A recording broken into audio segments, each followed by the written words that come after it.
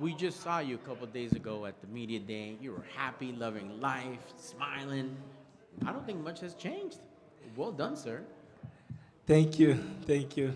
Yeah, I'm still happy and smiling. It feels great. Thank you.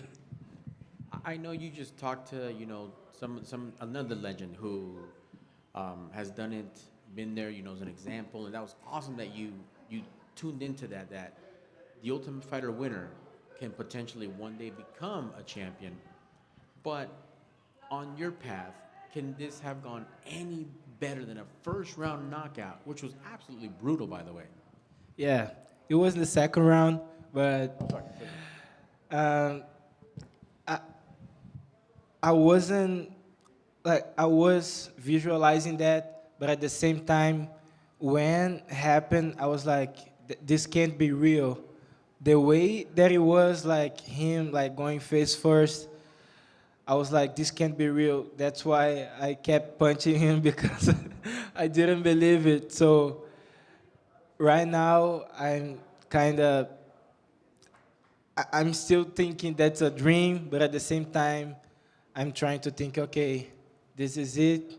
You are the ultimate fighter, and one day you can be a champion. So yeah, that's what I'm thinking right now, and yeah, it's a dream come true. Awesome, man. And sorry about that. I got the rounding correct. I apologize. Walk me through that opening because that was just a picture perfect shot.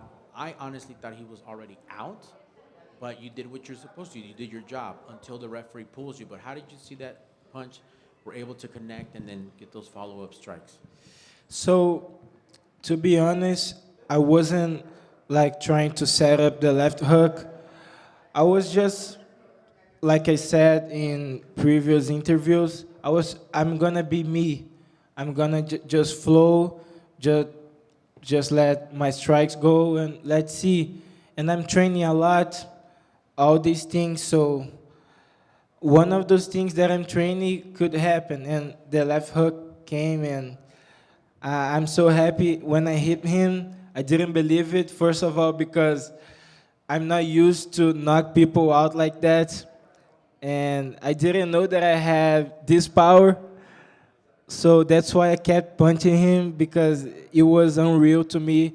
When the referee came, stopped the fight, I was like, bro, this can't be real. So yeah, the game plan was be me, not be in in the fence, and knock him out.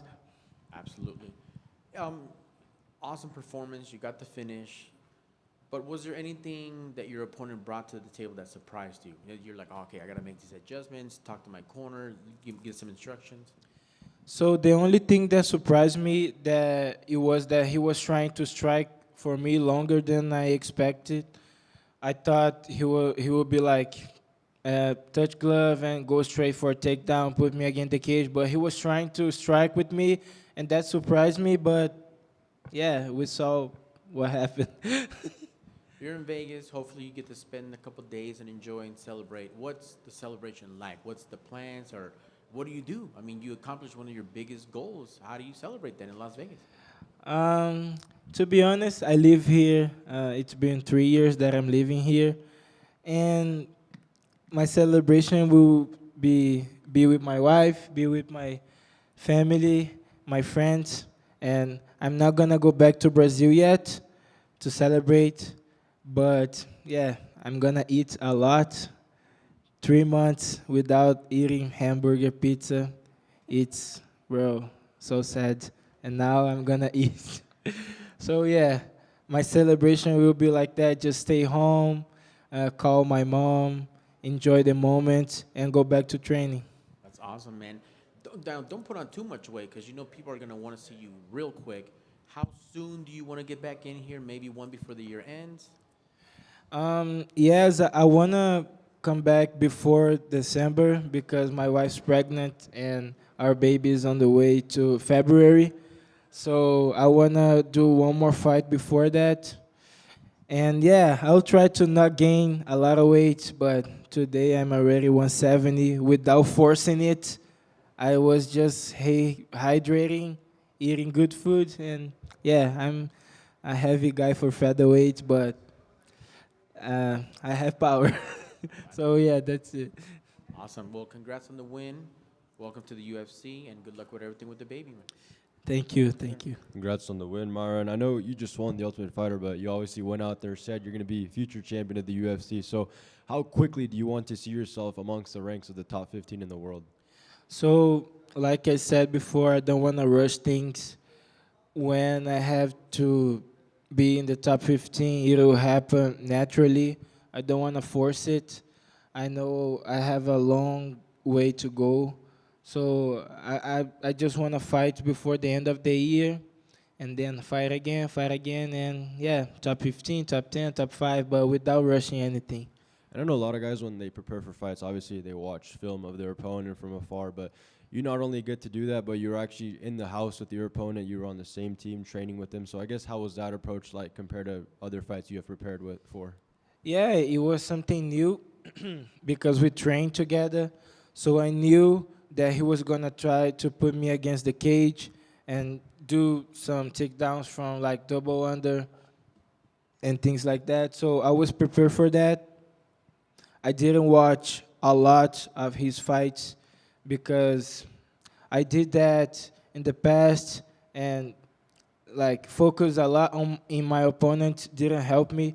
So my focus on this fight was just be you, just try to be creative, let everything go and knock him out. So that was my focus. I was training for that and I was able to do it. Obviously, you're out here in Vegas, Extreme Couture, one of the best gyms in the world. You got Coach Nick, Sig, work with a bunch of killers. What's the biggest difference you've noticed in your game as a MMA fighter since you came over here to Extreme Couture?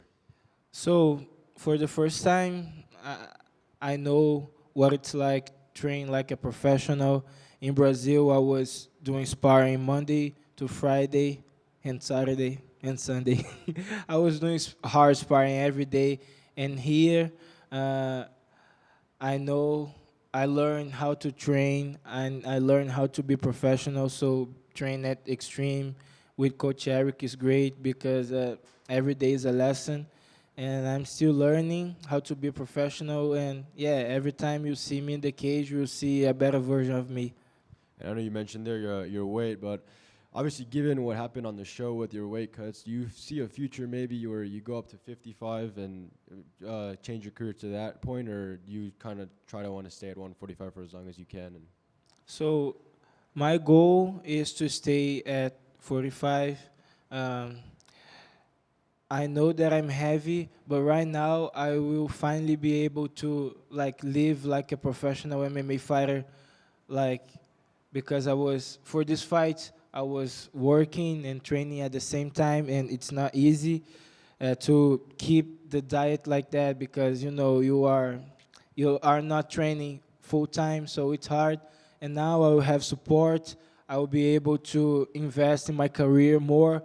I will be able to learn about my body, how to manage my weight. So I think I'm going to stay at 45 forever, but we never know. Maybe like, I don't know, 10 years. I'm still young. Maybe I'll go up to 55, but my plan is stay 45 forever. for sure. And I'm not sure if you have a specific name you want for your debut, or maybe just someone down the line.